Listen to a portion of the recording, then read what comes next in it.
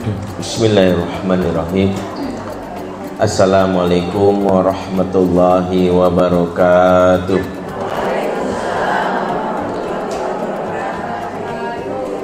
Innal hamdalillah nahmaduhu wa nasta'inuhu wa nastaghfiruh wa na'udzu billahi min syururi anfusina wa sayyiati a'malina. Man yahdihillahu fala mudilla lahu wa may yudlil fala hadiyalah. Asyhadu an la ilaha illallah wahdahu la syarikalah wa asyhadu anna Muhammadan abduhu wa rasuluhu alladzi la nabiyya ba'dah. Rabbana atina min ladunka rahmah wa hayyi lana min amrina rasyada. Rabbi shrah li sadri wa yassir li amri wahlul 'uqdatam min lisani yafqahu qawli wa ba'd.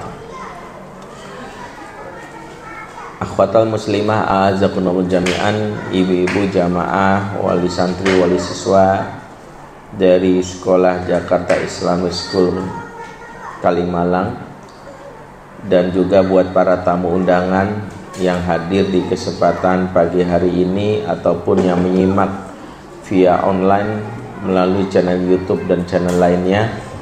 Semoga Allah memberkahi kita semua yang hadir dan semoga kita bisa masuk surga bersama-sama semuanya. Amin ya rabbal alamin. Salam cinta tak bosan buat Ananda yang hadir, aktif sekali ada di depan, juga mungkin ada di belakang. Tak bosan kita doakan, tak pernah putus, selalu kita minta kepada Allah semoga anak-anak kita ini menjadi anak yang soleh dan soleha, jadi pemimpin bagi orang-orang yang bertakwa. Rabbana hablana min azwajina wa dzurriyyatina qurrata a'yun waj'alna lil muttaqina imama. Amin ya rabbal alamin.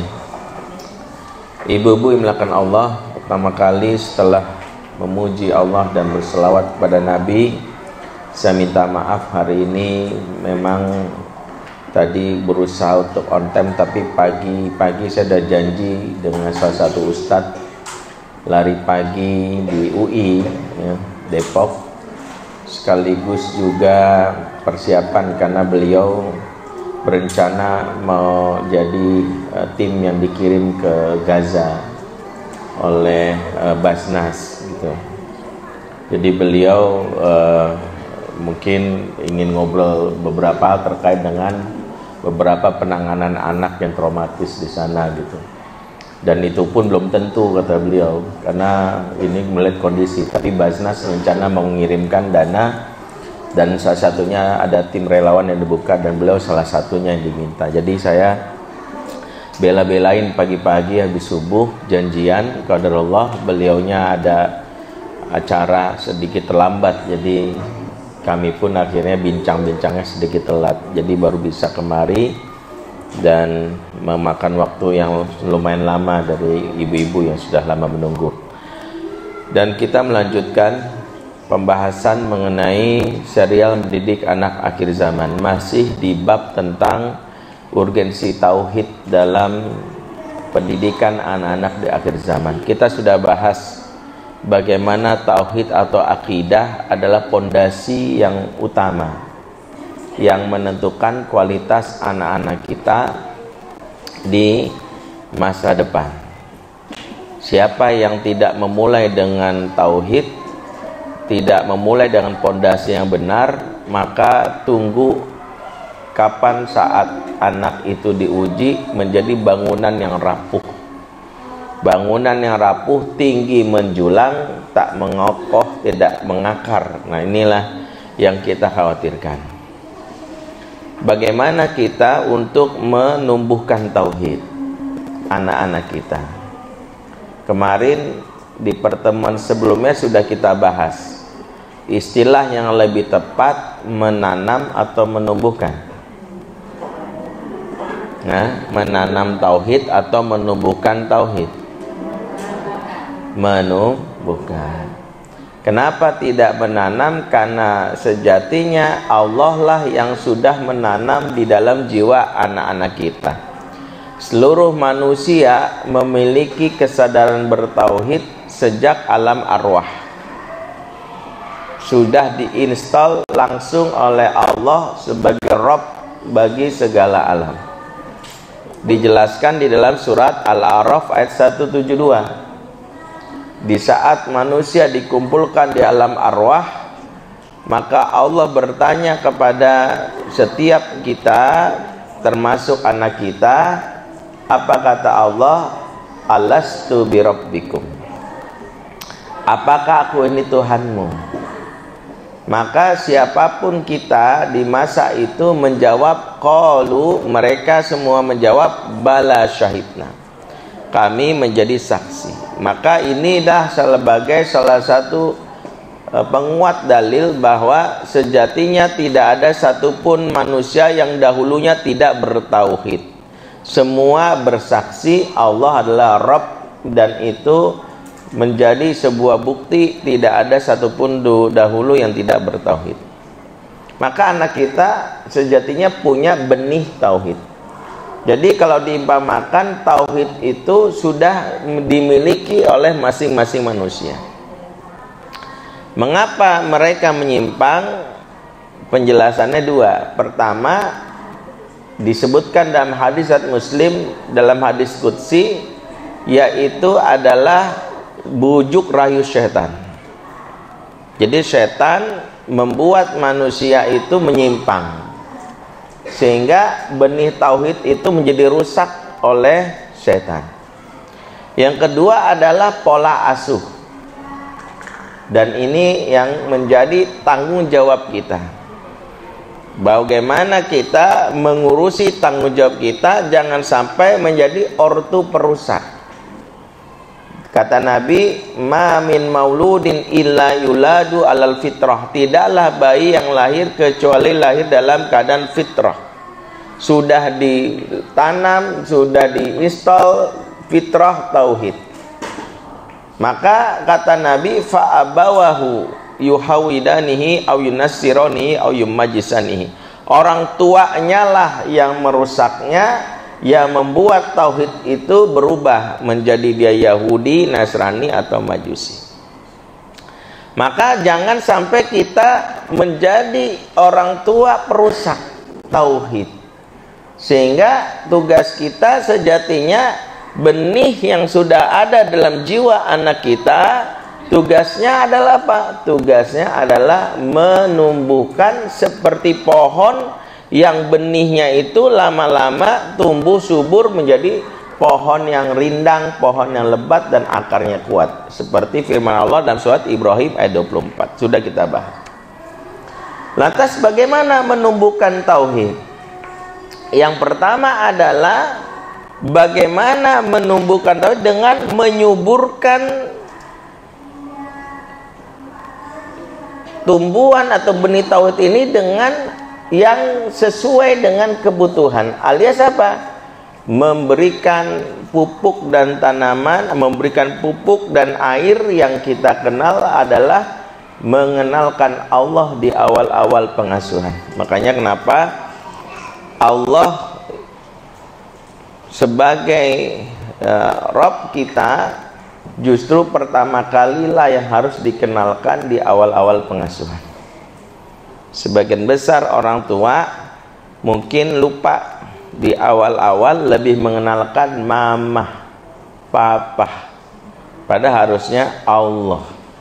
Dan inilah yang harusnya dimulai sejak bayi baru lahir. Bahkan Allah sudah berikan channel, dan channel inilah yang menjadi dasar bagaimana kita menumbuhkan tauhid. Channel ini apa? Saluran yang membuat anak bisa mengenal Allah, karena benihnya sudah ada, tinggal bagaimana benih ini tumbuh dengan channel atau saluran yang telah diinstal di dalam jiwa seorang anak. Apa channelnya? Disebutkan dalam surat An-Nahl ayat 78, dan inilah tahap tumbuh kembang anak yang harus dikenali setiap orang tua. Allah berfirman, wallahu akhrajakum min butuni ummahatikum la ta'lamuna syai'a wa ja'ala lakumus sam'a wal absar wal afidah la'allakum tashkurun. Ya. Allah keluarkan kamu dari perut ibumu dalam keadaan tidak tahu apa-apa, dan Allah menjadikan pendengaran, penglihatan, dan hati agar kamu bersyukur.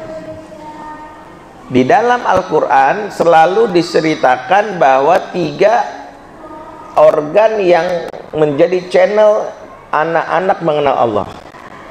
Dan itu pertama pendengaran, kemudian penglihatan, kemudian barulah disebut hati. Hati di sini maksudnya adalah perasaan atau emosi. Karena kata afidah itu jamak dari kata fuad. Fuad itu kata para ulama maknanya tafaut, sesuatu yang bergolak.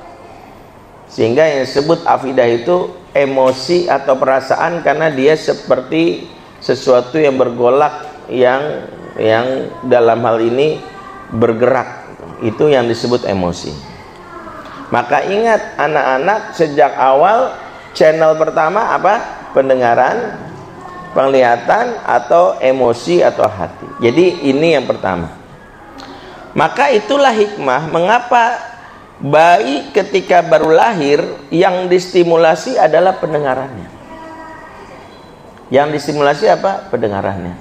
Maka di antara hikmah mengapa bayi baru lahir langsung diazankan, sebab di situ anak-anak harus lebih sering atau pertama kali mengenal nama Allah daripada yang lain. Kenapa? Karena saat aktif pertama kali itu menentukan siapa yang menguasai dirinya, itu dimulai dengan nama yang pertama kali disebut.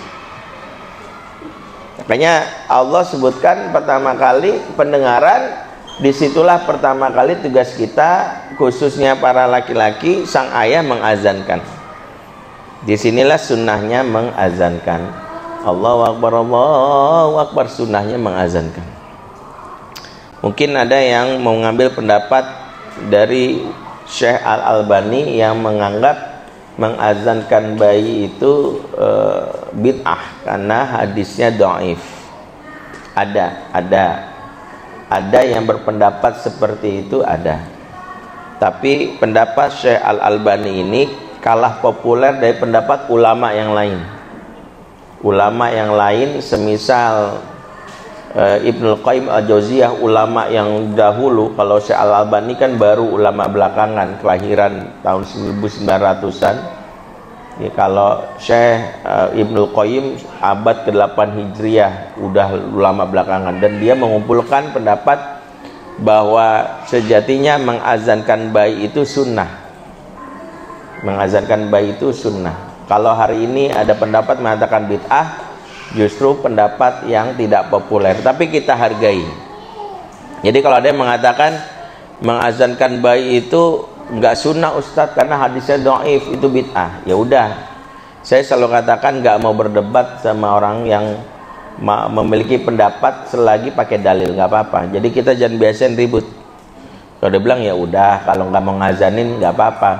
Tapi yang paling penting, kalau nggak mengazankan, maka yang pertama kali didengerin anak tetap nama Allah. Jangan nggak mengazankan tapi ketika bayi baru lahir langsung yiha, yes gitu ya. Ya, jangan sampai begitu. Ketika bayi baru lahir, walaupun nggak diazanin, minimal menyebut nama Allah. Allah, ya Allah, minimal begitu. Kalau dia nggak memazankan ya udah. Tapi yang benar, yang kuat pendapatnya mengazankan. Ya, yang justru berbeda pendapat, yang kuat itu masalah iqomah itu disunahkan atau enggak. Nah itu yang berbeda. Kalau jumhur ulama yang kuat mengatakan azan itu sunnah, yang sedikit berbeda adalah mengiqomahkan. Ya, karena iqomah itu sebagai ulama mengatakan itu khusus dipakai kalau sholat. Kalau azan itu beda. Jadi itu diantara mengapa para ulama berbeda. Maka ketika bayi baru lahir, karena dalam hal ini pendengaran sudah aktif, maka bagaimana supaya dia tumbuh tauhid? Seberapa intens orang tuanya menyebutkan nama Allah, seberapa intens. Maka kalau sejak awal anak-anak jarang dikenalkan nama Allah, maka seperti layaknya kita kalau sering mendapatkan iklan yang sering diintensifkan, maka lama-lama menjadi, ya, dalam teori iklan itu jelaskan sesuatu yang terjadi berulang, di-exposure berkali-kali, maka dia akan terkenang-kenang sampai sekarang di telinga kita. Kenapa? Karena sudah berulang-ulang. Ya, pernah kan saya ceritain, saya aja sampai jadi hafal lagu Cikini Gondang Dia gara-gara naik angkot selama sejam. Diputer itu mulu tuh, saya bilang Cikini Gondang Dia. Waduh, saya bilang nih Allah gitu. Gara-gara saya bilang manusia itu nggak bisa nolak otaknya itu, maka jangan meremehkan. Otak manusia itu merekam selagi masih hidup, bahkan sakitnya masih aktif.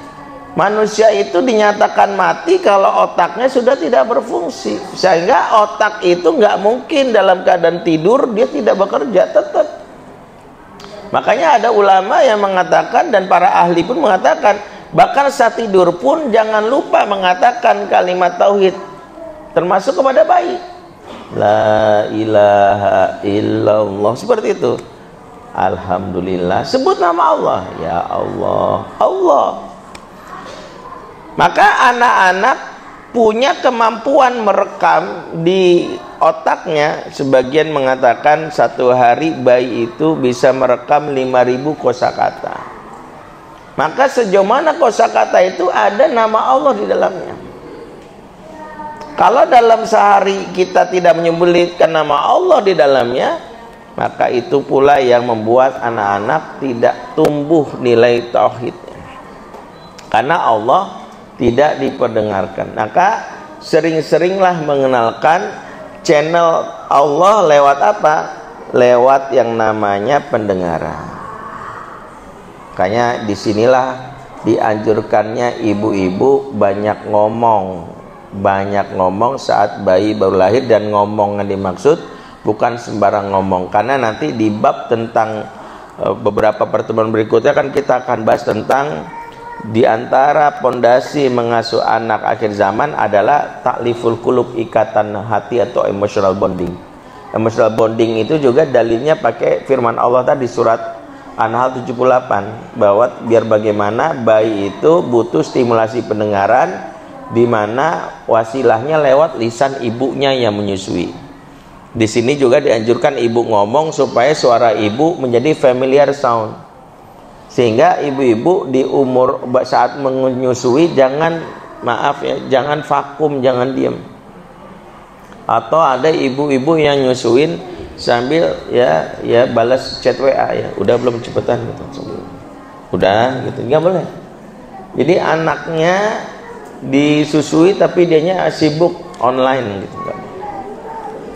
Jadi ibu-ibu tetap, nah ketika ibu ngomong, yang diomongin harus kontennya adalah ada nama Allah, sehingga anak-anak itu mudah sekali menyerap sesuatu yang disampaikan kalau rutin. Apalagi kalau ibu baca itu adalah surat-surat yang populer, surat-surat yang mengajarkan tauhid. Makanya beberapa peneliti menyarankan kalau bisa murojaah hafalan di surah pada saat ibu menyusui itu surat-surat tauhid, surat-surat makkiyah.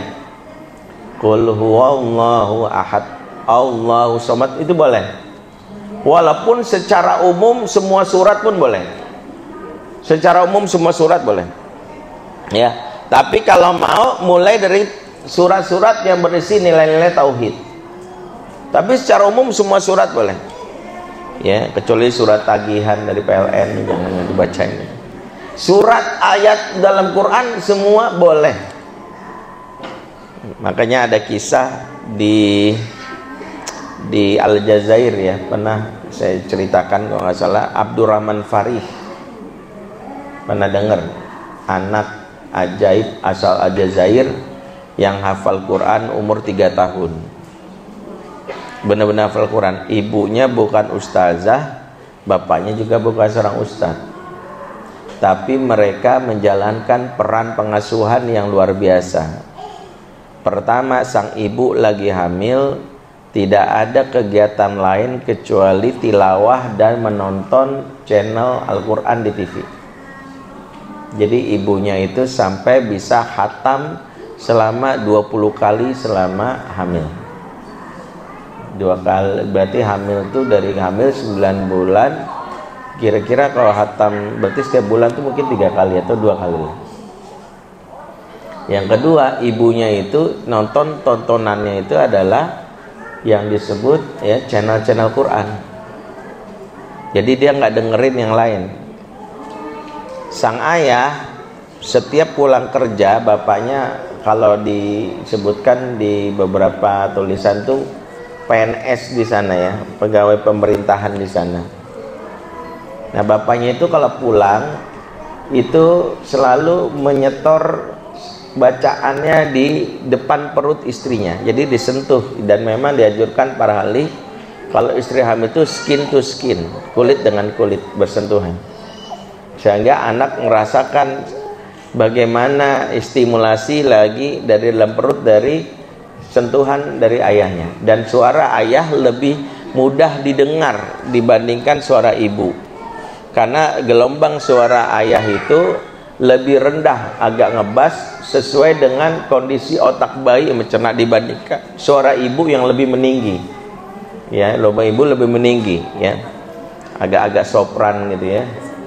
Ibu-ibu suaranya apalagi Mariah Carey ini itu jangan ya, itu agak tinggi. Nah, suara ayah, makanya ayah juga mempengaruhi. Itu juga kenapa suami-suami itu kalau istri lagi hamil sering-sering menyapa anak, sapaan, assalamualaikum nak ya, ini ayah ya, bukan tetangga gitu. Jadi ayahmu, dan ayahnya nyetor. Nah, di antara kebiasaan ayahnya Abdurrahman Farih, dia membaca firman Allah surat Maryam, Kaf ha ya ain shad gitu. Jadi dia baca setiap ya, dalam hal ini istrinya setelah suaminya pulang itu dibacain surat Maryam. Saat Farih baru lahir, tidak ada hal yang mencurigakan atau istimewa, biasa. Tapi ibunya sudah cemas ketika umur bayinya udah 1,5 tahun, 1 huruf pun tidak ada yang dia keluarkan, satu kata belum ada. Biasanya bayi itu 1 tahun itu sudah bisa menyebutkan mama, babah, ada. Ini nggak ada. Sampai sang ibu panik, jangan-jangan nih anaknya apakah bisu, apakah dia tuli gitu. Karena tidak ada satu lafal kalimat pun. Di samping ibunya masih merutinkan waktu setelah lahir membaca Al-Quran, dan ayahnya juga menyetor membaca Al-Quran. Sampai sang anak umur 1 tahun 7 bulan lagi sedang bermain, tiba-tiba sang anak itu tanpa istilahnya nggak ada angin nggak ada hujan, tiba-tiba langsung menyebutkan surat Maryam ayat 1 sampai 10. Dan ayahnya waktu dengerin langsung bilang, ini persis seperti yang kubacakan setiap hari pada saat dia dalam kandungan ibunya. Jadi lisannya pertama kali mengucapkan surat Maryam ayat 1 sampai 10. Ini pertama kali. Setelah itu dia sering mendengarkan dan mengulang-ulang apa yang disampaikan oleh bapak ibunya, sampai akhirnya setahun setelah itu, dari umur 2 tahun dia rutin mendengarkan dibacakan ibunya, akhirnya diulang-ulang dan 3 tahun langsung hafal Quran. Kenapa dia begitu mudah menghafal? Karena pondasinya sudah terekam, dibikin jejak, ada blueprint di kepala dia pada saat dia dalam kandungan dengan bacaan-bacaan yang sudah diinstal oleh bapak dan ibunya. Maka itu sebenarnya yang harus kita pahami, mekanisme otak anak atau otak manusia itu begitu. Selagi ada blueprintnya, itu mudah gitu. Selama ini kenapa anak-anak itu agak asing dengan Allah pada saat dewasa? Karena blueprintnya itu tidak kita ciptakan, jejak kalimat Allah itu, sehingga agak aneh di telinga dia gitu. Maka mengapa ibu pada saat mengandung, pada saat menyusui, Jangan lupa untuk menyebutkan itu. Mau nenek ya, nyebut Allah dulu yuk. Bismillahirrahmanirrahim. Anak mungkin nggak ngerti, nggak paham, nggak bisa ngulang karena belum saatnya. Tapi percayalah otaknya itu merekam itu.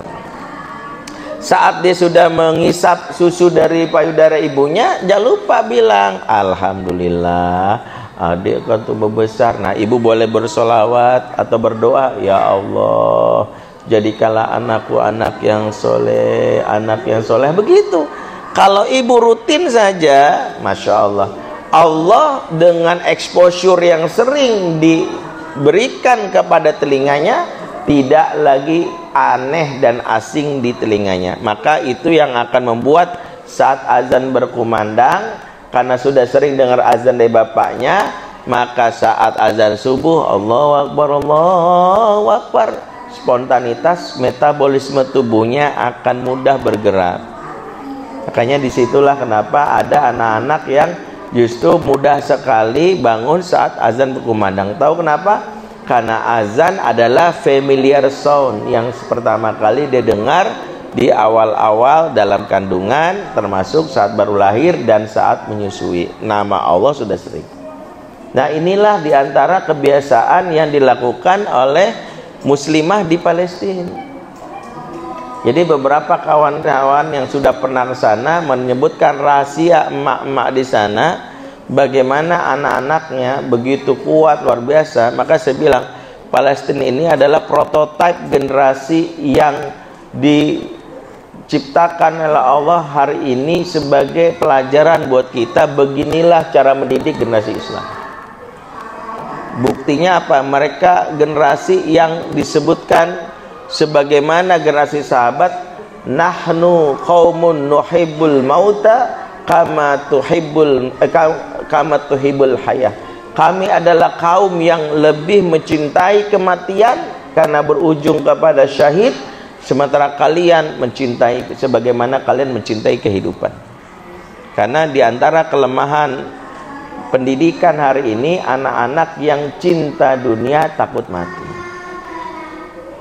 Karena penyakit yang melanda umat Islam itu yang disebutkan Nabi adalah hubbud dunya wa qarihatul maut. Dan ini setali tiga uang alias dua sisi dari koin. Kalau seseorang cinta dunia pasti takut mati. Pasti. Terlalu cinta sama dunia pasti kebayang nanti kau mati gimana gitu. Makanya generasi yang diciptakan yang hari ini kita lihat ada di Palestina, mereka tumbuh diantaranya adalah bagaimana orang tuanya sudah mulai menginstal nilai-nilai tauhid di dalam setiap kandungan, bahwa umur mereka itu pakai siklusnya adalah bukan pakai siklus ilmu biologi yang disebut bayi, balita, anak-anak, remaja, dewasa, tua, meninggal. Kan itu siklus yang dibeli. Kalau mereka ngajarinnya adalah bayi meninggal, setelah bayi mungkin meninggal ya syahid, bayi balita syahid, bayi balita remaja. Jadi selalu tuh ada peluang itu, kapanpun harus bersiap untuk syahid. Nah, inilah salah satu pendidikan yang dikenalkan di mereka. Jadi di mana itu bermula? Dari ibu-ibu yang mereka ya semangat untuk mengasuh dalam rangka untuk apa? Mencetak generasi-generasi terbaru. Makanya maaf, sampai ada kawan-kawan sana bilang, mereka itu kalau janda masa idahnya sudah lewat langsung menawarkan dirinya. Siapapun, maka nggak berpikir siapa calon suaminya, yang penting adalah mujahid, yang penting adalah pejuang. Nggak perlu ngeliat wajahnya kayak Lee Min Ho apa nggak ada syarat-syarat itu. Mau gantengnya gimana, nafkah maharnya pun nggak usah mahal. Kami masih subur, kami bisa melahirkan, maka nikahi kami dengan cara yang hak. Kemudian gauli kami, nggak ada alat kontrasepsi, kami ingin segera punya anak lagi. Anak kami akan kami didik untuk mencetak generasi. Makanya sekarang nih luar biasa. Makanya saya itu kalau ketika diceritakan kawan yang sudah ke sana cuman bisa bengong, nangis. Kenapa? Karena memang sesuatu yang nggak terbayang bagaimana itu bisa diaplikasikan ada di negeri kita atau di kita. Dan nggak mungkin kita berkata tunggu perang dulu, enggak. Tapi apa yang mereka pelajari? Mereka memulai dengan tauhid, di mana Allah menjadi kalimat yang selalu disebutkan, didengung-dengungkan. Saat menimang-nimang itu mereka selalu menyebut Allahur Rahman, Allahur Rahim, nama Allah. Jadi nama yang harus pertama kali dan disebutkan berulang-ulang itu adalah nama Allah. Di nama yang harus disebut berulang-ulang ada nama Allah. Dan itulah hebatnya mereka. Jadi mereka mampu membuat itu. Yang kedua, channel yang harus diberikan dan distimulasi agar anak mengenal Allah adalah skala pendengaran. Dalam hal ini harus sering mendengar nama Allah. Yang kedua adalah penglihatan. Kan penglihatan ini maknanya apa? Bagaimana mereka bisa melihat Allah? Allah tak mungkin dilihat, tapi Allah memiliki ayat-ayat di sekitarnya, yaitu makhluknya yang merupakan wujud Allah, yaitu wujud yang memberikan pengaruh bagi jiwa untuk mendekat. Apa itu? Allah punya nama Rahman dan Rahim. Makanya di antara kekuatan dan kehebatan yang dimiliki di sana adalah mereka menyadari bahwa anak-anak gak bisa melihat Allah, tapi mereka bisa melihat ayat-ayat ciptaan Allah. Melihatnya itu lewat mana? Lewat pertama kali wajah orang tuanya. Makanya ibu dan bapak, ketahuilah bahwa ayah dan bunda itu adalah ayat-ayat cinta Allah di muka bumi. Maka jangan sampai jangan sampai membuat anak-anak pertama kali melihat ayat-ayat Allah yang merupakan perwakilan Allah di muka bumi langsung takut. Bikin daya tarik yang membuat wajah Allah itu memberikan pesona. Ingat, Allah menamai dirinya pertama kali dengan nama apa? Ar-Rahman, Ar-Rahim. Sehingga nama ini yang harus diwujudkan pada saat anak itu baru lahir. Makanya orang tua yang nggak pernah senyum, suka bentak, ngomel-ngomel, maka merusak pemandangan wajah Allah di dalam diri anak. Hati-hati. Orang tua yang bermuka sangar akan membuat anak-anak kita yang sejatinya butuh nama Allah, pupuknya adalah Ar-Rahman Ar-Rahim, menjadi rusak disebabkan orang tua yang memberikan trauma. Sehingga hati-hati. Ekspresi wajah ibu itu mewakili wajah Allah di muka bumi. Sehingga jangan sampai mengkhianati nama Allah sehingga membuat anak-anak menjauh. Apa itu? Sifat kasar, sifat yang bengis, tidak pernah senyum. Karena sifat kasar, sifat bengis ini adalah justru bertentangan dengan nama Allah. Dan itulah mengapa Nabi SAW diingatkan supaya bersikap lembut. Dan inilah dakwah Nabi kepada manusia secara umum, apalagi sama anak-anak. Lihat surat Al-Imran ayat 159, fabima rahmati minallah lintalahum, disebabkan kasih sayang Allah engkau bersikap lembut kepada mereka. Lau kunta fazzan ghalizal qalbi lan faddu min haulik, kalau engkau bersikap keras lagi kasar, niscaya mereka kabur dari kamu. Bayangkan, kata Allah, kalau kamu bersikap keras lagi kasar, mereka kabur. Kabur ini maknanya dua. Kabur pertama adalah kabur secara fisik. Dalam hal ini anak-anak gak mau deket. Itu juga yang nanti di episode kesekian kita akan bahas tentang rusaknya bonding, dimulai dari ortu yang di umur-umur awal memberikan trauma kepada anak. Hati-hati anak yang trauma. Anak yang trauma itu kelihatan kok. Ya, cirinya itu 3. Di awal-awal itu kalau pengen tahu anak-anak itu trauma, cirinya 3. Jadi kalau saya jadi konselor, saya tuh ngelihat anak trauma itu bisa kelihatan dari 3. 1, anak trauma itu gerakannya minimalis. Kalau orang lain gerakan lagi senam nih, anak-anak diajak senam sama gurunya, yang lain anak-anak yang sehat jiwanya, dia maksimalis. Ayo senam, gitu. Kalau dia gini, Anak-anak yang nggak mau membentangkan tangannya itu biasanya dalam tekanan orang tua, nggak boleh. Kakak, abang, turun. Anak-anak yang digituin sejak awal, dia gini, lompat, yang lain jat, dia nggak bisa. Ada yang anaknya kayak gini, kalau ada periksa, berarti ada pola asuh yang nggak bener. Yang kedua, ekspresinya minimalis. Anak-anak yang bener, kalau ada sesuatu yang lucu, spontan ketawa, hahaha, ekspresinya maksimalis. Kalau marah, ngambeknya kelihatan, nggak suka, aku nggak mau, itu tandanya dia masih normal, masih nyaman. Tapi kalau yang tertekan, yang trauma, dia ekspresinya datar, hahaha. Jatuh, nangis, enggak. Nangis enggak bisa, ketawa enggak bisa. Tahu kenapa? Orang tuh gini, diam. Maka ekspresi minimalis. Jadi dibalik anak yang maaf ya, yang bunda aku nggak suka, itu tanda nyaman. Atau kau ketawa, itu tanda nyaman. Adik perempuan kau tahu kayak gitu, tandanya nyaman. Tapi kok dia nangis nggak bisa, ketawa nggak bisa, ini bahaya. Saya pernah nanganin seorang suami yang akhirnya menjadi psikopat itu, dan istrinya bersyukur dia keburu menggugat cerai gitu ya. Sejak awal saya membantu, tapi karena saya bukan psikolog, saya merekomendasikan ke psikiater karena dia pindah ke Amerika, USA. Saya nggak bisa merekomendasikan psikiater muslim di sana, nggak nemu gitu. Akhirnya dia dapat entah di mana, akhirnya sekarang jadi salah satu terpidana di sana.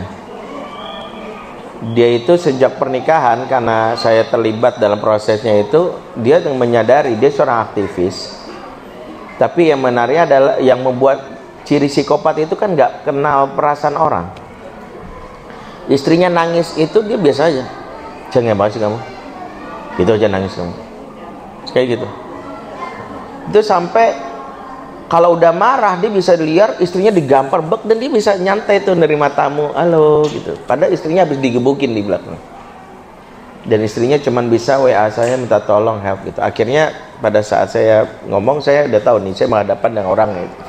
Akhirnya dia mau terbuka lah. Ada beberapa teknik yang saya pakai karena dia seumuran sama saya, jadi dia mau terbuka gitu. Dan saya sebenarnya ingin menawarkan diri, tapi karena dia keburu pindah, akhirnya nggak sempat kita bantu dari sisi pendekatan Islamiknya, pendekatan Islamnya. Jadi yang saya tangkap begini, dia menyadari saya ini nggak punya empati sama orang, dan saya tahu itu. Jadi saya nggak tahu yang namanya sedih, saya nggak tahu yang namanya marah, saya nggak tahu kecewa. Hal yang saya ingat adalah dulu bapak saya meninggal. Waktu dia umur berapa nggak ceritain. Waktu bapak saya meninggal, ibunya dia dulu memang keras. Dan waktu bapak meninggal, ibunya langsung ngumpulin anak-anaknya. Dia 3 bersaudara. Tiga-tiga dia bilang gini, kalau ada di antara kalian yang mama lihat menangis, mama gampar semuanya. Ibunya bilang gitu. Senyum, tunjukkan bahwa kita keluarga tegar. Jadi anak lagi sedih, bapaknya meninggal, dipaksa senyum. Kemudian dipakein baju tuxedo gagah, sehingga ketika tamu datang mereka wajib menunjukkan nggak nangis. Jadi ketika ada pagi tante, ya papa meninggal, iya tante, nggak apa-apa tante, kami kuat gitu. Makanya kenapa anak-anak yang ibu jatuh bilang nggak boleh nangis, nggak boleh nangis, rentan psikopat loh. Nggak boleh gitu, dia wajib menunjukkan perasaannya. Sakit bunda, oh iya sakit ya, paham bunda, iya memang kalau sakit iya terus gimana mau bunda tahu gitu. Jangan bilang nggak boleh nangis. Apalagi sampai ngancam orang harus nangis dipaksa ketawa, kan itu bahaya banget loh. Wah itu bahaya. Nah itulah kenapa bahayanya gitu, menolak perasaan dan sebagainya. Nah tadi cirinya 2. Yang ketiga, matanya nggak berani menatap lawan bicara. Jadi kalau ngomong nunduk, dia ngelihat gitu. Jadi kalau ngomong dia, nah itu mata itu jendela jiwa. Kalau hati sudah tersakiti, terluka, maka mata ini tak berani terbuka.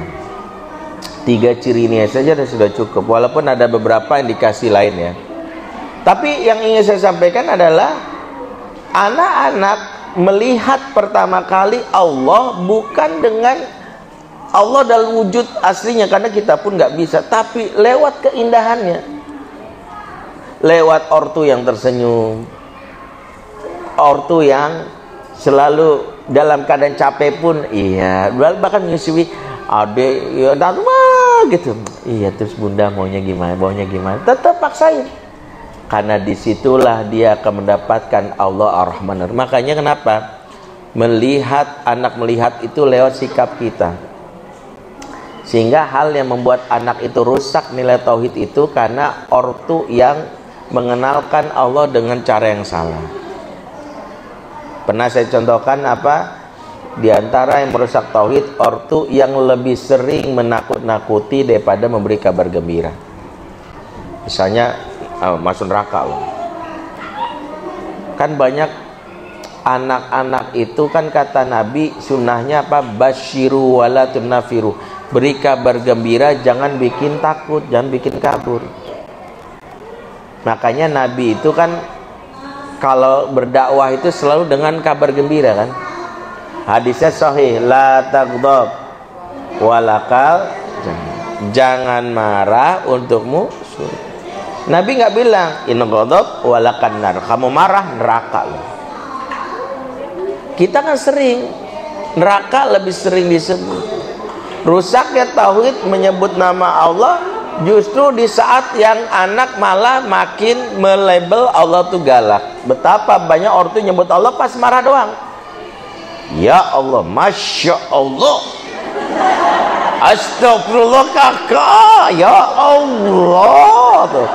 Allah disebut kalau lagi marah, lagi kesel. Ketika Allah disebut lagi marah, lagi kesel, lagi teriak, anak terpatri. Kalau Allah disebut pasti ada sapu melayang nih, ada piring terbang nih. Jadi kebayang Allah diasosiasikan dengan kemarahan. Tapi betapa banyak saat ngasih hadiah yang disebut siapa? Bunda. Dari bunda. Bunda kan sayang sama kamu. Banyak ortu yang merusak nama Allah dengan sadar dengan tanpa sadar. Contoh yang kedua, memfetakoblikan Allah untuk sesuatu yang nggak berdalil. Contoh, Allah marah. Nanti di akhirat ditanya balik sama Allah, tahu dari mana aku marah kata Allah. Ini orang tua kayak gini dihisapnya berat loh. Saya tanya, anak kecil yang belum balik melakukan kejahatan apapun, dia meninggal masuk surga apa masuk neraka? Kenapa masuk surga? Enggak ada hisap. Kalau Allah marah, anak kecil masuk neraka itu. Allah saking sayangnya nggak akan memberikan hisap kepada setiap anak yang belum balik. Terus dari mana kita bisa mengklaim Allah marah? Yang marah kita. Bawa-bawa nama Allah. Presiden aja dibawa dia akan tersinggung. Ya, presiden kita bawa, presiden bilang, kapan saya ngomong gitu ke presiden? Allah nggak pernah marah sama anak kecil, kitanya aja yang marah. Maka yang membuat channel, kan Allah itu ingin dikenalkan dengan namanya, channelnya lihat penglihatan. Kitalah yang harus membuat anak itu merasakan betapa indahnya Islam lewat apa? Lewat wajah kita. Makanya ini penting nih. Kadang anak tidak membutuhkan ayat-ayat Quran lewat lisan ibunya, yang anak butuhkan adalah ayat-ayat cinta lewat wajah dan sikap ibunya. Jadi Quran itu belum dikenali di anak, tapi ayat cintanya dikenali lewat sikap kita. Maka di umur-umur awal itu channel penglihatannya pastikan dia tidak mengalami apa yang disebut namanya polusi mata di jiwa anak. Polusi mata itu lewat sikap yang toksik. Sikap yang toksik itu apa? Nggak pernah senyum, cemberut, mengabaikan, itu toksik. Ah malas sama mama kalau gitu, cengeng banget kamu. Kemarin ada yang nanya saya misalnya, Ustadz saya punya bayi 2 tahun, masih apa, anak saya masih 2 tahun itu, dia kalau marah gitu ya, dia banting-banting. Kemudian saya kesel, saya cubit aja. Saya bilang makin dia marah ibu cubit, makin besoknya dia belajar untuk melakukan tindakan kekerasan. Dan ini sering terjadi sama orang tua, karena nggak tahu tentang ilmu pengasuhan, menyikapinya cara salah. Anak-anak tidak paham, akalnya belum jelas, belum aktif, sehingga di umur-umur itu dia bertindak berdasarkan insting, berdasarkan yang dia rasa. Dia sedih, maka dia ekspresikan sedihnya secara natural lewat ekspresi. Kenapa anak tantrum? Tantrum itu ada 2. Ada tantrum frustratif, yaitu anak-anak yang tidak bisa mengekspresikan perasaannya lewat lisan karena kosakata, kosarasanya minim, sehingga yang diekspresikan lewat bahasa tubuh, gitu, wow, gitu. Karena apa? Karena dia tidak punya kosakata. Aku kecewa, aku sedih, aku kesel, bunda kok begitu. Nah, dia nggak punya kosakata itu. Orang mengekspresikan perasaan itu lewat 2 channel, lewat lisan, lewat bahasa tubuh. Lisan yang nggak punya, bahasa tubuh. Jangan remehkan orang pendiam. Orang pendiam itu bukan berarti dia sabar. Bisa jadi diam-diam ngasih kopi sianida. Kan ada, diam kan dia. Suami ibu, oh suami saya kalau marah, oh alhamdulillah nggak usah, dia mah orang pendiam. Iya bu, tapi diam-diam kawin lagi, ayo. Diam itu bukan berarti nggak punya emosi. Maka ketika anak dia nggak pernah ngomong, bukan berarti dia nggak punya emosi. Emosinya ada, bahasa tubuhnya yang keluarin, mukul, nonjok, menendang. Itu yang terjadi sama anak yang membantai 33 orang di USA, ini yang ditembaki di sekolah, yang dia korban bullying. Itu kenapa? Karena dia udah nggak sanggup lagi. Karena dia nggak terlatih untuk ngomong, aku kecewa, aku sedih, kenapa sih teman-temanku begitu. Maka untuk mengantisipasi anak yang tantrum frustratif, diantaranya perbanyak membaca buku, perbanyakin kosakata.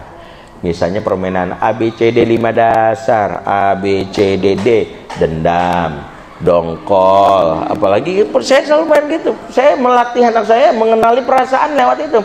A, amarah, angkuh, apalagi misalnya B, benci, bosan, ada perasaan-perasaan. C, cemas. Jadi dia kenal perasaan-perasaan itu lewat abjad.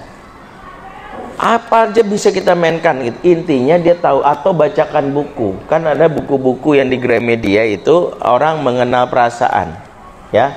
Jadi seperti itu. Halo, satu. Ini bahasa tubuh luar biasa. Oke, makasih.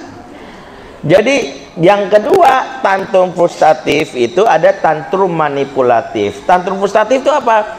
Tantrum yang disebabkan, tantrum manipulatif adalah tantrum frustratif yang salah treatment. Contohnya tantrum manipulatif tantrum frustratif salah treatment adalah membujuk. Iya, ya udah mau bunda beliin. Ya udah bunda beliin. Jangan dulu. Iya, besoknya dia belajar pola. Oh, kalau mau dibeliin harus nangis. Oh, kalau beliin guling-gulingan. Makan besok, bunda. Ya, sampai gede begitu terus, berarti orang tuanya yang sejak awal salah treatment. Makanya kalau ada anak nangis, kalau ngamuk gimana? Biarin. Duduk di sampingnya, adik mau nangis, kecewa, silakan. Mama tahu kecewa ya, nggak jadi dibeliin mainan. Ya udah, boleh nangis kok. Kalau dia mulai memukul, kita peluk. Dia membanting sesuatu, enggak. Disinilah kenapa kalau dia nanya pertanyaan, ada seorang Ustadz, apa yang harus dilakukan kepada anak yang tantrum? Pertanyaannya saya ralat. Yang benar, apa yang dilakukan kepada ibu yang anaknya tantrum? Apa itu? Sabar. Makanya anak tantrum itu bukan ke anaknya, fokusnya ke kitanya. Karena sebenarnya salah mentreatment anak tantrum dimulai dari kita yang nggak sabar. Jadi kalau anak tantrum, treatmentnya ke kita. Sabar. Tarik nafas. Wah. Kenapa gitu? Ngopi gitu. Ngopi sambil apa pokoknya udah selesai nangisnya begitu. Sehingga kalau kita sudah punya polanya, kita nggak menganggap amarah atau tantrum itu sebagai hal yang menyebalkan, itu normal. Tapi apa yang membuat anak tuh akhirnya benci, trauma, lagi tantrum, diam kamu, awas, diam dia, trauma, tapi jiwanya hancur. Disitulah dia ingat bapak ibu adalah agen pertama anak mengenal tauhid, sehingga dia membenci Allah dan bapak ibunya. Itulah kenapa anak yang tidak ibadah itu sebenarnya protes kepada Allah lewat sikap bapak ibunya yang tidak memberikan kasih sayang tadi. Jadi beberapa banyak saya nanganin anak-anak yang ateis, benci agama, macam-macam. Itu kenapa bapak ibunya. Jadi jangan merusak nama Allah. Allah sudah pastikan tanaman itu punya yang namanya pupuk. Tauhid itu punya pupuk-pupuknya namanya kasih sayang. Makanya jangan sampai kita nggak ngasih pupuk kasih sayang. Kalau baca hadis-hadis tentang sikap Nabi sama anak, kita akan takjub begitu indahnya Islam. Anak lagi nangis, Rasulullah percepat sholat. Wah, bercepat ingat. Karena Rasulullah mengajarkan bayi itu nggak bisa nunggu. Makanya ibu-ibu jangan pernah lama-lamain kalau bayi nangis. Kalau bayi nangis respon iya sebentar ya sayang, langsung. Jangan udah biarin aja, tadi dia terlatih gitu, enggak gitu. Perasaan ditiadakan itu menyakitkan. Ingat, di antara toxic parent yang nggak disadari orang tua, ingat toxic itu bukan hanya ortu yang kasar, tapi ortu yang cuek. Ingat kata anak muda, kacang itu gurih, dikacangin perih.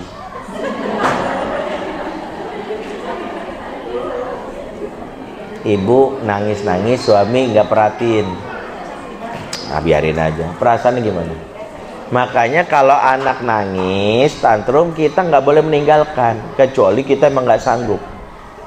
Yang benar adalah kita terlibat. Adik silahkan nangis, bunda di sini kok. Kalau mau dipeluk bilang ya sini mau dipeluk gitu. Tapi nggak boleh ada negosiasi, nggak boleh bilang nanti kalau ini bunda beliin ya. Kok ini iya beli, nggak. Cukup. Oh maunya dibeliin, enggak dulu. Kecewa boleh, nangis silakan. Ya. Saya kalau untuk urusan ini, saya belajar dari istri saya. Saya nggak tahu istri saya apa memang tabiatnya karena dia orang Jawa ya. Emang orang Jawa kayak gitu kali ya. Istri saya tuh nanganin anak tantrum itu bisa loh sampai sejam. Iya, nangis boleh, nggak apa-apa gitu. Saya dalam hati, saya orang Sumatera kan, ya Allah gitu, tahan gitu. Sampai saya bilang Umi Abi keluar dulu, nggak tahan ngeliat bayi nangis. Saya sendiri ngakuin Bu. Makanya tapi minimal jangan bertindak, karena kami tahu kalau dia bilang diem nggak boleh atau iya nggak dong. Mendingan ya udah, karena saya nggak siap saya deh. Makanya istri saya itu spesialis nanganin tantrum. Maksudnya dia udah biasa kalau anak kami tantrum tuh. Jadi gimana? Nggak mau ya udah duduk aja di samping Uminya, terus Umi di sini loh siap memeluk kamu. Mau nggak mau? Ya sudah, selesai. Saya bilang, bisa juga tahan gitu ya. Oh saya bisa begini sambil main WA gitu. Ya nangis gitu. Kadang-kadang itu yang nggak benar gitu. Anak merasa diabaikan.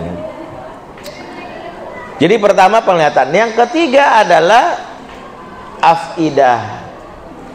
Karena saya datang terlambat, jadi mungkin kita sampai jam 11 boleh ya. Kecuali kalau ibu ada agen, ada sampai jam setengah 11 terus jemput anak ya? Ada ya? Sampai lambat jam 11 ya? Ya. Anak-anak pulangnya jam?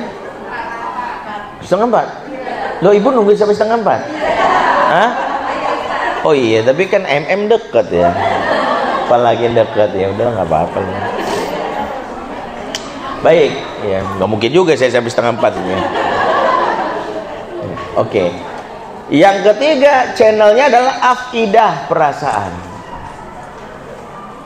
Afidah, emosi atau hati atau perasaan adalah diantara cara Allah ingin membuat anak merasakan apa yang menjadi indikasi dari nama Allah. Makanya pastikan satu, sering-sering membuat nyaman anak. Nggak ada aturan, nggak ada ancaman, seperti kita merawat, ya bukan merawat ya, seperti kita menjaga betul yang namanya sesuatu yang diamanai Allah ini, sesuatu yang ringkih. Makanya benar-benar kita harus belajar daripada induk hewan. Kadang saya bilang induk hewan itu naluri instingnya luar biasa, cepat merespon ketika anaknya dalam hal ini sedang sedih, mencari cara menolongnya. Maka kalau ada ibu yang anaknya sedih dibiarin, nggak dipeluk, nggak diberikan treatment, itu membuat perasaan dia menjadi tidak nyaman. Maka perasaan adalah channel 3 yang harus kita pastikan. Kata kuncinya, pastikan anak-anak kita di umur 0 sampai 7 tahun bahagia. Anak yang bahagia cirinya adalah tadi, ekspresinya spontan dan banyak senyum dan ketawanya. Bukan berarti nggak pernah nangis, salah. Bahagia itu justru di saat bisa nangis. Makanya kalau anak yang, tapi kalau kadar nangisnya lebih sering daripada kadar senyumnya, warning. Ya. Tapi anak yang bisa nangis itu tanda bahagia. Karena tidak semua tangisan itu kita maknai sebagai hal yang bahaya ya. Karena yang bahaya itu bukan nggak bisa nangis. Yang bahaya itu bukan nangis, justru nggak bisa nangis itu bahaya. Hati yang mati saking begitu dia trauma dan kasar nggak bisa nangis. Makanya waspadalah kalau ada sekitar kita orang nggak pernah bisa nangis. Ya, orang nggak pernah bisa nangis tanda perasaannya sudah mati. Tadi psikopat itu nggak bisa nangis, nggak bisa nangis. Jadi itu diantara yang harus kita lakukan. Maka kenapa di umur-umur ini syariat belum muncul? Karena kita ingin anak-anak mengenal indahnya Allah dulu. Jadi jangan sampai sesuatu yang sejatinya belum waktunya kita bebankan. Ingat, otot manusia itu baru lahir saja itu nggak ada yang langsung bisa ngangkat barbel, nggak ada yang baru langsung bisa push up 100 kali karena ototnya masih lemah. Begitu juga jiwanya. Maka sungguh ortu yang melukai, mencederai jiwa anak yang sudah memberikan beban kepada anak, sementara anak belum taklif. Contoh, targetin hafalan. Makanya jangan masukkan ke sekolah yang sudah menargetkan anak-anak untuk hafal, untuk bisa baca dan macam-macam. Padahal itu bukan umur-umur beban. Sholat aja diperintahkan 7 tahun, apalagi yang lainnya. Pada sholat itu tiang dan asas dalam beragama.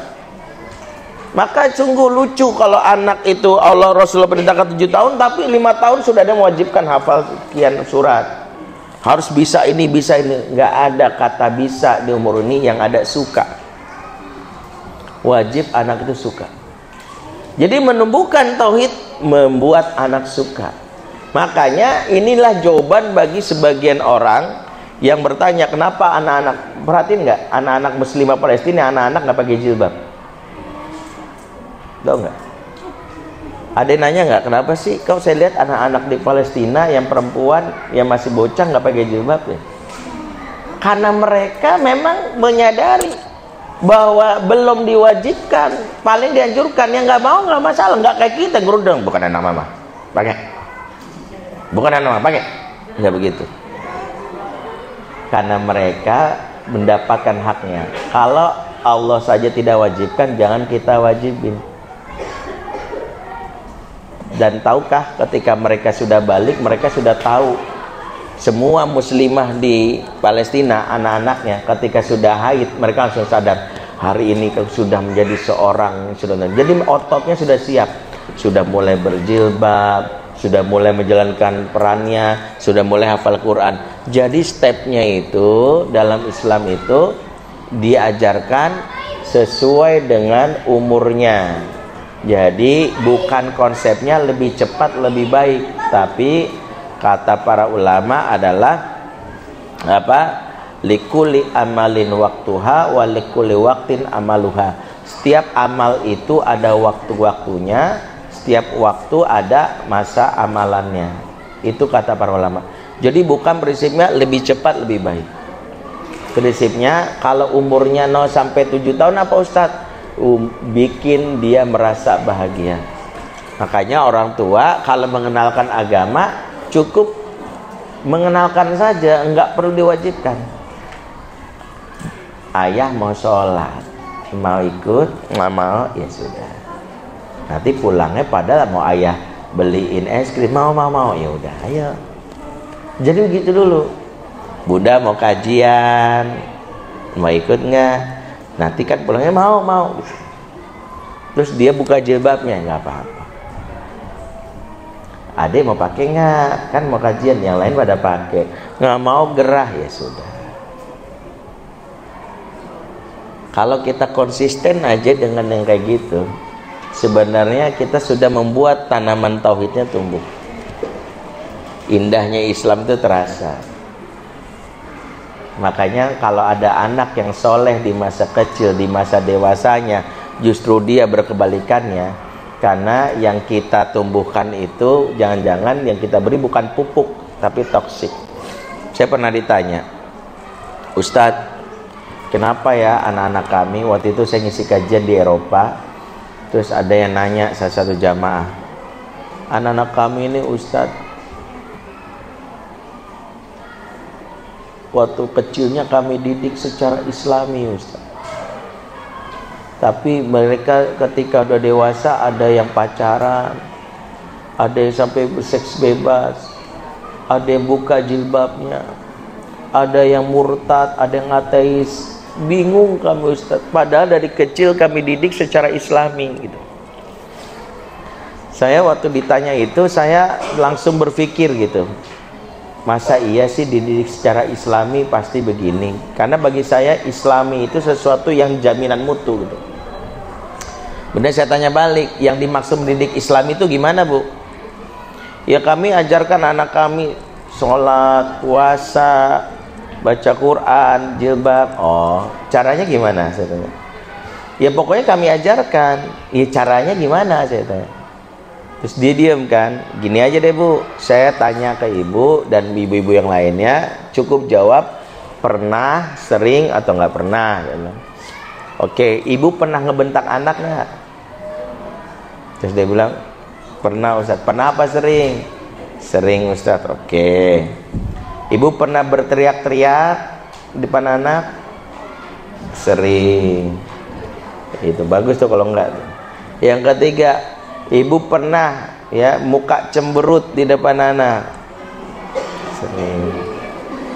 4. Ibu pernah menakut-nakuti anak? Sering. Pernah. Yang kelima, ibu pernah mencubit anak? Nah dia bilang kalau itu kayaknya pernah sekali doang Ustadz, itu juga lagi hilang. Oke. Dari 5 pertanyaan saya aja, saya simpulkan ibu mendidiknya nggak Islami. Jadi hati-hati membawa nama Islami kalau nggak sesuai dengan panduan syar'i. Tahu nggak apa yang disebut pendidikan Islami? Pendidikan Islami, pendidik yang mencerminkan hadis Nabi. Tahu hadis Nabi bunyinya gimana? Al-muslimu man saliman muslimuna min lisanihi wa yadihi. Seorang muslim selamat orang lain dari kejahatan lisan dan tangannya. Seorang muslim selamat orang lain dari keburukan lisan dan tangannya. Jadi walaupun ngajar Quran tapi gampar, itu nggak Islami. Walaupun ngajar sholat tapi bentak sholat, itu nggak Islami. Nabi nggak ngajarin. Ingat, standar pendidikan Islami, orang lain selamat dari lisan dan tangan kita. Jadi yang membuat anak-anak trauma itu apa? Yang membuat dia nggak mau belajar agama apa? Di masa kecilnya dia nggak mendapatkan sesuatu yang membuat dia bahagia. Pas udah gede ada pendeta yang bikin happy, ngasih makanan, ngasih minuman. Ibunya pelit banget. Makanya kenapa saya bilang gini, Mi, kalaupun kita kurang, saya di antara program yang saya nggak pernah pelit sama anak adalah jalan-jalan, makan bareng. Lagi akhir bulan pun lagi pelit, Abi ke kafe yang di situ yo, aku seneng banget ininya. Ya udah yo. Istri bilang, Bi, bukannya uang kita sebagian. Bismillah adalah. Tahu nggak kenapa saya nggak bilang kayak itu? Karena saya belajar dari beberapa pengalaman. Anak yang masa kecilnya nggak pernah merasakan asiknya, indahnya pengalaman bersama orang tuanya, ketika remaja ketemu om-om yang ngajak ke kafe, yo, excited dia. Dan omnya om penjahat, om misionaris, itu yang membuat dia akhirnya berpaling. Karena dia nggak pernah merasakan indahnya di bawah pengasuhan. Ingat, pengasuhan itu tugasnya cuma dua, meninggalkan kenangan indah akan Islam dan meninggalkan kebiasaan baik di dalam kehidupan anak. Cuma dua doang. Makanya yang penting bagi kita kalau anak itu masih kecil, ketika udah gedenya dia akan bilang gini, aku tuh ingat banget loh waktu itu diajak jalan-jalan sama papa itu kan beli makanan, itu makanan kesukaan aku banget. Itu dia ingat. Aku ingat banget waktu habis pulang mengaji, Bunda. Ingat, tugas kita meninggalkan kenangan indah. Karena Islam itu akan di-recall di masa dewasa ketika dia mendapatkan di masa kecilnya yang enak-enak. Ustadz yang senyum, bapak ibunya yang ramah. Tapi kalau trauma, digampar, begitu udah gede, mudah-mudahan gak ketemu sama penjahat seperti ini. Tapi banyak penjahat modusnya baik-baik. Jadi gitu. Jadi kenapa saya bilang gini, semiskin-miskinnya kita lagi nggak ada uang, hak untuk menghibur keluarga jangan dipakai. Jadi hiburan bagi keluarga itu, jatah itu harus ada setiap bulan, supaya mereka nggak nagih ke orang lain. Tahu nggak modusnya predator seksual? Mengincar anak-anak yang nggak pernah dihibur sama keluarganya.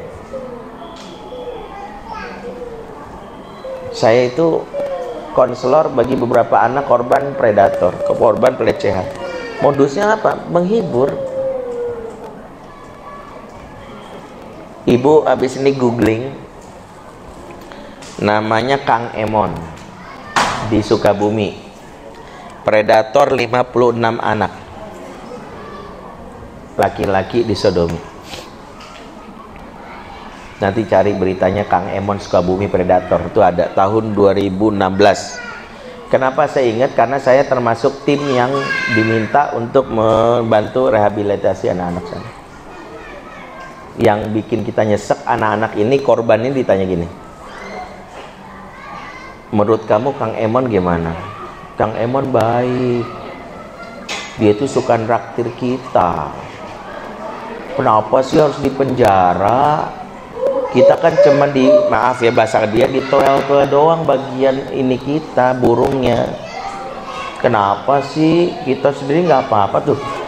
Penjahat dibelain sama korban, Bu. Itu yang bikin kita, ya Allah, gemesnya gitu. Kok bisa gitu? Tahu nggak cara si Emon itu membuat anak-anak tuh mau dibikin supaya itu? Pakai main game, Bu. Mainnya namanya sweet kancing. Jadi gini, sweet. Kalau Akang kalah, Akang buka kancing satu. Kalau misalnya kamu kalah, kamu buka kancing satu. Sweetnya gini, Bu, apa namanya ini, gunting, kertas, batu kan gitu. Akang kalah, buka kancingnya. Bagi si Emon semuanya sensasional buat dia. Dia telanjang, dia bisa ekshibionis, dia menikmati sama anaknya. Dia ngelihat lawan bicara, tapi dia nggak main-main mana anak. Dibuka kancingnya, Akang kalah, kamu kalah, dibuka sampai dia telanjang. Lewat apa? Main game. Makanya kenapa Islam tidak melarang buat kita main sama anak-anak. Jadi kalau ada yang bilang anak-anak harus diajar Islam dari kecil, nggak boleh main. Siapa bilang anak boleh main? Mujahid di Palestina itu mengajar anaknya itu main. Saya dapat cerita, mereka itu mainnya adalah, cuma mainnya beda adalah. Misalnya jika ayo kejar, misal anggap nih mainnya lempar-lemparan, nih Yahudi, ayo lempar gitu. Jadi mainnya jelas gitu. Ada yang mereka, tapi kan main gitu ya. Anak ketawa, wah gitu ya. Sesuatu menyenangkan. Kok ada bunyi bom, mari kita ketawa, duar gitu. Jadi sesuatu yang membuat mereka itu merasa bahagia. Bayangkan kan. Jadi jangan sampai menghilangkan hak anak untuk dihibur. Karena Allah menitipkan anak itu kepada kita. Allah ingin memberitahu, wahai hambaku yang namanya ayah dan ibu, kenalkanlah aku dengan cara yang aku inginkan. Aku menyebut namaku Bismillahirrahmanirrahim. Jangan sampai kau mengkhianati namaku pada saat mengenalkan ke anak-anak yang menjadi hambaku. Tuh. Makanya kalau ada anak-anak sampai bilang benci sama agamanya, tertuduh pertamanya adalah bapak ibunya. Tertuduh kedua adalah guru di sekolahnya. Tertuduh ketiga adalah ustadz di masjid dekat dia. Makanya kenapa saya agak keras kalau ada ustadz yang di masjid itu baru ada anak-anak belum bercanda keluar di masjid itu. Saya mau nggak mau, saya datengin masjid. Pernah ya, saya itu lagi pandemi nih sebagai penutup. Nah, ini sebenarnya kajian ini belum selesai, tema untuk hari ini kita sambung lagi. Waktu saya pandemi itu kan masjid nggak semuanya boleh Jumatan ya. Waktu itu jatuh khutbah saya dibatalin. Hanya masjid-masjid tertentu Jumatan, itu pun di dalam komplek biasanya. Kalau di pinggir jalan itu nggak boleh tuh, Bu. Tahun 2021 nggak salah. Terus ada satu masjid dekat rumah saya kan bilang sama anak saya, nah kita tetap berjumatan. Kita cari aja yuk, cari Bu keliling-keliling motor. Dapat satu masjid. Waktu itu pakai masih berjarak tuh, social distancing apa? Physical distancing, nggak boleh. Ini kan kita berjarak. Nah, waktu saya dapatnya di teras tuh, Bu. Ketika saya lagi di teras, di parkiran kan rame sama anak-anak. Ini menjelang 10 menit sebelum azan. Tiba-tiba ada suara orang teriak, "Woi!" Kenceng banget, Bu. Orang badannya gede, rambutnya agak gondrong, pakai sarung. Siapa itu berisik di belakang? Langsung teriak, "Keluar enggak lo ya? Bikin masjid jadi ini aja, orang mau sholat gitu." Anak saya ngelirik ke saya tuh. Anak saya mau sholat mengatakan gini, "Bi, masih diem aja sih gitu kira-kira." Saya bilang gini, kalau sampai dia main tangan, Abi langsung turun tangan. Dia lihat aja dulu, karena mau sholat, mau dikit lagi mau azan ya. Terus dikawalin gini, dia mau semua keluar nggak? Anak cuma diam. Gitu ya. Awas lu ya, berisik-berisik semua. Pokoknya kelihatan lagi gue gampar Ustaz. Saya dengerin azan tuh. Saya pikir dia bakalan enggak dijagain tuh anak. Jagain gitu. Sholat. Sepanjang sholat khutbah saya nggak khusyuk, jujur aja. Saya ngeliatin aja. Akhirnya sholat itu saya dalam hati, bismillah ya Allah, harus tegur bapak ini. Selesai sholat, assalamualaikum warahmatullahi wabarakatuh. Langsung saya zikir sebentar, langsung saya deketin bapak itu. Tapi saya sopan, saya salam, assalamualaikum bang. Waalaikumsalam. Saya atas nama anak-anak yang tadi abang bentak, minta maaf ya kalau ternyata jadi mengganggu suasana masjid. Iya nih, anak-anak rese banget. Jelas-jelas masjid itu selamat tenang. Tapi abang bisa jamin nggak? Abis ini anak-anak bakal main ke masjid atau bakal nongkrong? Itu urusan dia, bodoh amat. Yang penting masjid ngerusak. Kalau misalnya dia nongkrong, akhirnya nggak ke masjid, dia nongkrong di tempat gaplek, kenal sama preman, dia penjahat, abang mau tanggung jawab? Diem. Maaf bang, masjid ini namanya Baitur Rahman, namanya rumah Allah Ar-Rahman sebenarnya. Tapi gara-gara abang, Allah nggak terasa sifat kasih sayangnya. Abang tahu nggak artinya Rahman? Yang saya khawatirkan bang, anak-anak ini nggak pernah ke masjid dan dia lebih tertarik main PS. Abang mau tanggung jawab? Tapi kan gini, dia akan mengakui kalau dia security. Makanya saya bilang security itu pintunya Allah juga tuh. Saya kan diamanain, kalau enggak masjid gini, ya udah, saya datangin ketua DKM-nya. Saya datangin, Bu. Enggak. Dia takut kan, karena dikhawatir. Enggak apa-apa. Kalau abang merasa ini, saya cuma minta, abang negur nggak masalah bang. Saya juga kalau anak bercanda saya tegur. Lagi di masjid. Saya bilang gitu, bercanda aja. Nanti bercanda ya. Sini. Saya biasa aja, saya negur Bu. Coba sini. Oh, ini yang biangnya nih. Sini duduk. Gitu. Saya biarin gitu, nggak bentak, saya bilang. Terus akhirnya diam, ya Pak, nggak, saya ingetin aja. Anak saya tuh untungnya ngeliat tuh. Selesai itu ya alhamdulillah, saya ambil pelajaran tuh bahasa saya. Qadarullahnya itu kan bulan apa ya, pas Idul Adha ternyata saya jadi khotib di masjid tersebut, khotib Idul Adha. Pas banget tuh jadi khotib Idul Adha di masjid yang dulu bikin rumah anak, ceramah saya di situ. Saya baru ngeh ternyata ya security-nya di belakang saya dengerin itu ustadz yang dulu nomor gua 2 bulan lalu tuh. Oh, saya lantang aja gitu, mengkhianati fitrah anak bla bla gitu ya. Akhirnya turun dari situ dia langsung nyamperin nangis gitu. Ya Allah ustadz, saya nggak tahu kalau ustadz yang dulu ya gitu. Saya bilang nggak apa-apa Pak, namanya sebagainya. Akhirnya alhamdulillah masjid mau berubah. Saya bilang kalau nggak kita berubah, ini penjahat-penjahat itu sejatinya akan menerkam anak kita. Manusia itu manusiawi, punya perasaan bahagia. Makanya jangan membuat Islam ini rusak karena sikap kita yang buruk. Orang tua pintu pertama anak mengenal Allah. Jangan membuat Allah dikhianati karena anak merasa trauma. Sikap kita yang membebani, nggak pernah senyum, gampang menghardik, mengancam. Makanya kalau ada anak yang menyebalkan, bisa jadi sikap kita yang sejatinya memulainya. Seperti itu. Tapi memang kadang-kadang saya nggak tahu Ustaz, kalau gitu masalah di kita bukan di anak. Kita lah yang harus belajar. Taib ya, waktu membatasi, sudah pukul 10:45. Kalau ada yang ingin ditanyakan, kami persilahkan. Kita lanjutkan lagi, masih di bab tentang tauhid. Bulan depan kita bahas tentang hama-hama perusak tauhid. Ya, hama-hama perusak tauhid. Taib, ada yang mau bertanya silakan. Yang mau bertanya, kalau nggak ada kita tutup. Yang mau bertanya, sudah cukup jelas? Silakan Ibu, mic-nya. Ini bisa kan ya? Silakan. Assalamualaikum Ustaz. Ustaz cerita ya, kalau ini kan sabar, terus Ustaznya juga seorang laki-laki yang Sumatera tidak tahan. Banyak kan saya lihat juga bapak-bapak ini lebih banyak bertahan Ustaz daripada kita. Bagaimana cara kita menyampaikan kepada pasangan? Kadang-kadang suami kalau kita kasih tahu juga kan pasti sensitif. Iya. Saya belajar itu ya, saya nggak dikasih tahu sama istri, tapi saya melihat cara membuat suami mau belajar itu show up, ditunjukin. Sudah ayah biar bunda aja. Jadi ketika kita bilang udah bunda aja dan kita mentreatment, itu sebenarnya cara mengajarkan dia. Ini juga cara buat bunda mengajarkan tetangga yang nggak ngerti ilmu parenting. Contoh ya, saya kan bikin kampung sahabat, saya sering cerita ya.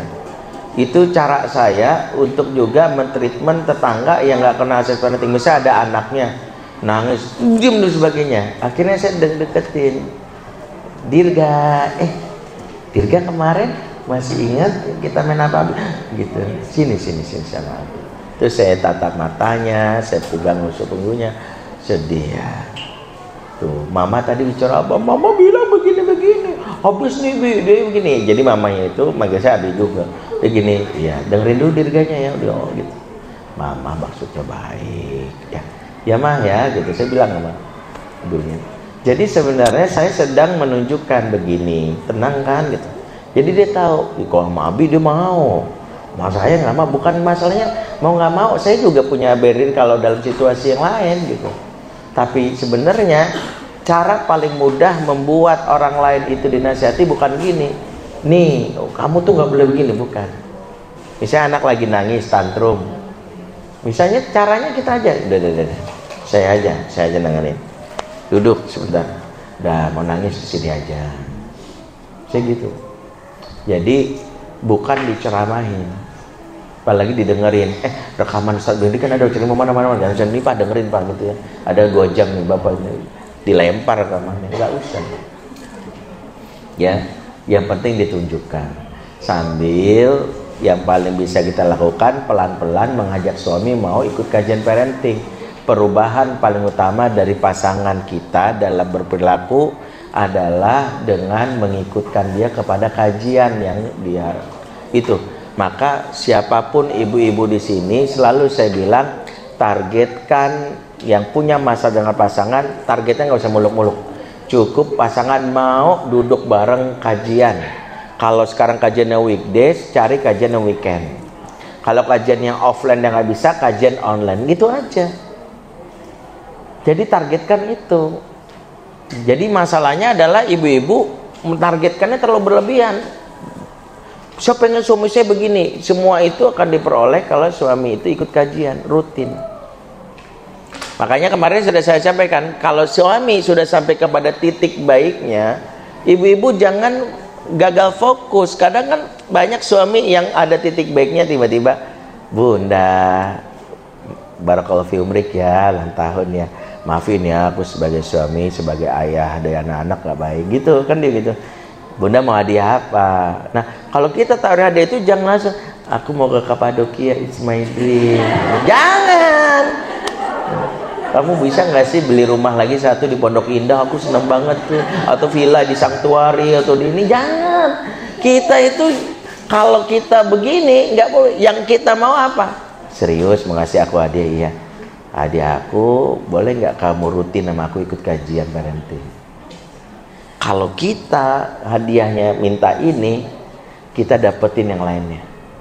Karena suami dan ayah yang belajar perbaiki diri, dia akan berusaha memuliakan istrinya. Makanya pastinya akan bawa istri ke Kapadokia, akan memberikan hadiah. Itu selalu saya bilang, jangan gagal fokus. Ibu maunya yang jangka pendek sih.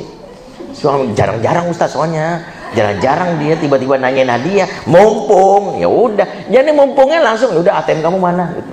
Jadi pas mumpung-mumpung itu ibu minta ATM-nya, ibu minta ditraktir makan, gagal ibu. Saya selalu bilang, bikin strategi. Suami lagi baik-baiknya, lagi di puncak-puncak kebaikannya, nawarin diri, mau hadiah apa? Sederhana aja. Kamu mau nggak nemenin aku setiap pekan ikut kajian? Kajian, nanti temenin aja. Teman-teman kamu, iya, luangin waktu dong buat aku berdua. Enak deh kalau kajian ada kamu. Itu hadiah yang ibu minta. Serius nih. Gak mau yang lain, iya, masalahku kajiannya di Madinah kebetulan. Kajiannya di Madinah, ustadznya kebetulan bawa rombongan gitu. Sama dia bulan bawa rombongan ke Turki. Nah kebetulan Ustadz Benri bulan Desember ke Madinah gitu. Jadi bilang gitu aja, sekalian ya mas gitu ya. Jadi kayak gitu.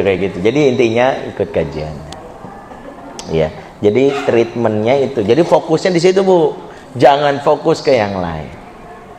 Ya, wallahu a'lam bishawab. Ada lagi? Silakan. Dioper bu. Ya.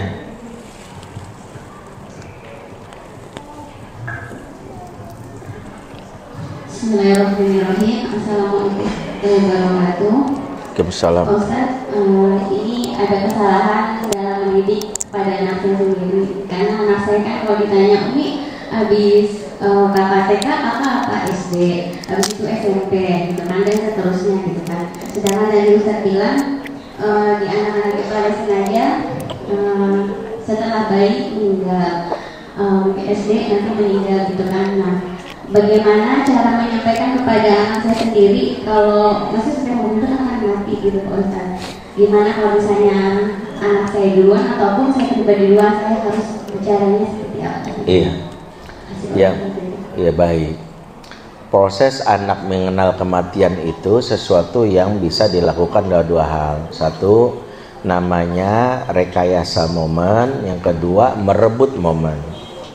Rekayasa momen itu apa? Lewat diskusi.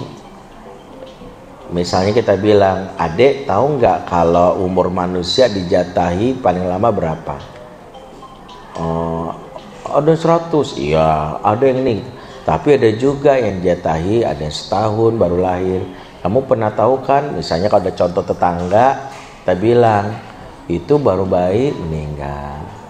Ada yang umur 5 tahun baru lagi meninggal. Ada yang udah gede meninggal. Meninggal mah bisa kapan aja gitu. Jadi bisa kita kenalin, tapi di awal-awal hal seperti itu dibawa asik aja, nggak usah bikin trauma. Artinya mereka dia bilang kematian itu bukan sesuatu yang takuti. Yang kedua, merebut momen. Dengan apa? Saat kita takziah, ada kerabat. Nah kita bilang di situ momennya. bahwa setiap kita sudah dijatahi tinggal di dunia. Ada yang dijatahi 60 tahun, 70, ada yang 100 tahun. Ada yang kayak Nabi orang terdahulu ada sampai 1000 tahun. Tapi rata-rata ada di umat kita cuma 70 tahun. Tapi kita bilang semoga kita semua umur panjang ya. Tapi kalau ada yang meninggal duluan, insya Allah sambil mempersiapkan diri masuk surga. Semua poin itu bisa kita ceritakan. Rekayasa momen atau kita sebut merebut momen. Rekayasa atau merebut. Nah, merebut itu lewat apa yang kejadian di sekitar kita. Yang pasti seperti itu bukan berarti menunjukkan seolah-olah salah, bukan. Saya menjelaskan siklus saya itu nggak salah. Yang paling penting mengingatkan dimanapun ada ajal yang akan mendatangi kita. Dimanapun, persiapkan. Tapi boleh kita mengajarkan anak minta umur yang panjang. Kalau saya bilang ke anak saya, doain Abi ya umurnya panjang. Karena Abi pengen banget ngelihat anak-anak Abi, cucu Abi. Tapi sekiranya umur Abi pendek, doain Abi husnul khotimah. Gitu aja. Jadi selalu minta umur panjang. Abi juga minta anak-anak Abi umur panjang gitu. Semuanya. Walaupun dalam keadaan apapun, siap-siap, penting husnul khotimah ya. Wallahu a'lam bishawab. Baik, yang terakhir masih ada? Baik ya, silakan terakhir. Assalamualaikum warahmatullahi wabarakatuh. Waalaikumsalam. Saya mau tanya Ustaz, kalau untuk cara menumbuhkan tauhid dan menumbuhkannya lagi kepada anak-anak yang sudah remaja, ditambah dengan lingkungan-lingkungan yang kita sudah di rumah kita udah benar-benar jaga, ternyata lingkungan-lingkungan sekitarnya mempengaruhi, itu gimana Ustaz? Terima kasih. Assalamualaikum warahmatullahi wabarakatuh. Okay. Waalaikumsalam. Yang paling penting begini, kalau anak sudah remaja, kita mengenal dulu apa yang disebut utang pengasuhan kita. Utang pengasuhan itu terkait dengan kebutuhan anak di masa kecil terdiri dari 5. 1 spiritual, 2 emosional, 3 intelektual atau akal ya, yang keempat adalah fisikal, yang kelima adalah sosial. Saat anak sudah remaja, hasil dari pengasuhan di masa lalu bisa kita lihat. Contoh anak-anak yang malas sholat, itu berarti utang spiritual. Berarti apa yang kita lakukan? Melakukan reparenting. Reparenting adalah mengemas kembali apa menjadi haknya sesuai dengan usianya. Misalnya, kenapa ya dia nggak mau sholat? Karena dia tidak merasakan terkoneksi ke Allah, sehingga dia tidak merasa sholat itu menjadi kebutuhan. Berarti apa yang kita lakukan? Sering-sering mengenalkan Allah. Sederhana mengenalkan Allah itu tadi rekayasa momen atau yang disebut merebut momen. Rekayasa momen apa? Berdiskusi. Misalnya kita bisa ajak dalam situasi, kira-kira menurut kamu nak, ya apa yang nikmat Allah yang diberikan ke kita? Karena kan kita ingin dia menghitung apa saja. Aku nggak tahu, coba deh diberikan hidung, macam-macam atau apapun yang kita bisa aja diskusi. Yang kedua, lewat namanya merebut momen. Lagi jalan-jalan, masya Allah ya Allah ciptakan, ya misalnya kemarin Allah beri kesempatan saya ngajak anak-anak ke Turki, keliling ke 10 kota bersama ada beberapa jamaah yang ikut. Setiap hal yang di sana selalu saya bilang Allah luar biasa, masya Allah. Kebayang nggak bagaimana, kan kayak kita di Kapadokia itu ada kota bawah tanah kan gitu ya. Bagaimana masyarakat bisa hidup 300 tahun di bawah tanah, tapi mereka bisa bikin bangunan-bangunan lorong-lorong yang nanti terhubung ke atas tanah dan nggak dingin, nggak panas gitu ya. Bagaimana Allah berikan kecerdasan kepada mereka. Terus ketika kita datang ke Efesus, kota tua di sana yang hancur, yang kita tahu di sana banyak sekali ya peninggalan. Di situ kita bisa mengajarkan tauhid. Manusia itu tidak bisa lepas dari tauhid. Cuman mereka tidak mengenali siapa yang mau dia sembah. Buktinya Orang-orang sini bikin patung-patung dewa-dewa karena kesadaran ada Tuhan, tapi nggak tahu Tuhannya itu siapa. Nah, untuk mengenali Tuhannya siapa, lewatlah petunjuk dari Al-Quran. Karena Quran adalah surat langsung dari Allah untuk mengenalkan dirinya. Tahu dari mana bahwa Allah itu adalah Tuhan? Allah yang menceritakan Al-Quran, Qul innani anallahu la ilaha illa ana fadbu'ni lidzikri. Katakanlah aku adalah Allah. Sesungguhnya aku adalah Allah, tidak ada Tuhan selain aku. Jadi kenapa Allah menamai namanya Allah? Allah yang menyebutkan. Jadi namanya bukan nama yang lain, Allah. Itu dari mana? Dari Quran. Sehingga tauhid ini ada dalam diri, tapi akan ketemu ketika belajar Quran. Nah, itulah momen kenapa anak akhirnya belajar Quran. Jadi emang harus rutin. Yang paling penting ketika kita tahu itu ada hal yang membuat dia sulit berubah, periksa dulu, jangan-jangan selain utang pengasuhan ada luka pengasuhan. Mengapa dia nggak mau? Karena anak kalau sudah punya luka, dia nggak akan mau mendapatkan treatment apapun. Nyeri, apaan sih orang lagi luka gitu, kasarnya gitu. Ibu lagi luka, dikasih luka bibir, dikasih makanan enak pun nggak mau. Sariawan lagi semua nggak mau, beresin lukanya baru kasih makanan. Maka saya bilang kalau anak ibu sudah punya luka pengasuhan, berarti beresin membasuh lukanya. Membasuh lukanya apa? Membangun bonding kembali. Jangan-jangan Bu, dia kecewa sama kita, ya, sehingga larinya ke Allah. Jangan-jangan dia marah ke kita sehingga marahnya ke Allah. Jadilah kita orang tua yang membasuh lukanya. Wallahu a'lam bishawab. Itu aja, mudah-mudahan waktu kita bisa lanjutkan. Aku lu kalaza fastaghfirullakum subhanakallahumma bihamdik asyhadu an la ilaha illa anta astaghfiruka wa atubu ilaik. Wassalamualaikum warahmatullahi wabarakatuh.